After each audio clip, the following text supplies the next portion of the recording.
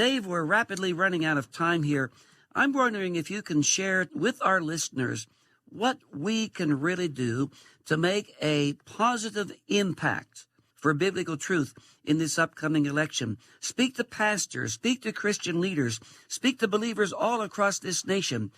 Preach to us. What can we do to make an impact for biblical truth in this upcoming presidential election?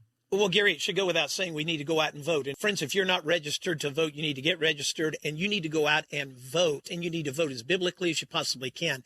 Gary, from the standpoint of pastors, Christian leaders, what needs to take place from the pulpits is the very kind of discussion we've had here today.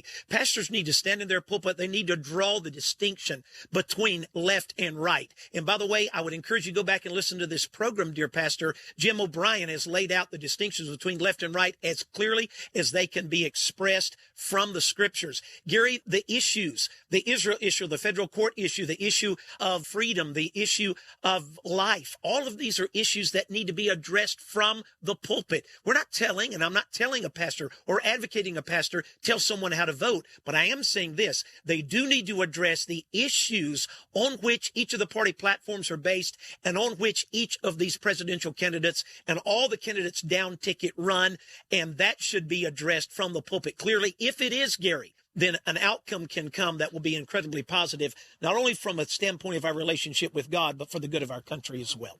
And you know, folks, there are other issues from the biblical perspective: the issue of the economy, the issue of the strong military, the issue of trade, the issue of capitalism versus socialism, the issue of leadership, the issue of God being spoken in the public square.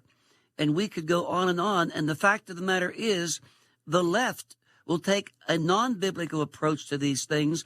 The right, seemingly, up to this point, and hopefully as we go into the future, will take the biblical approach. And that's why we need to pray for this election.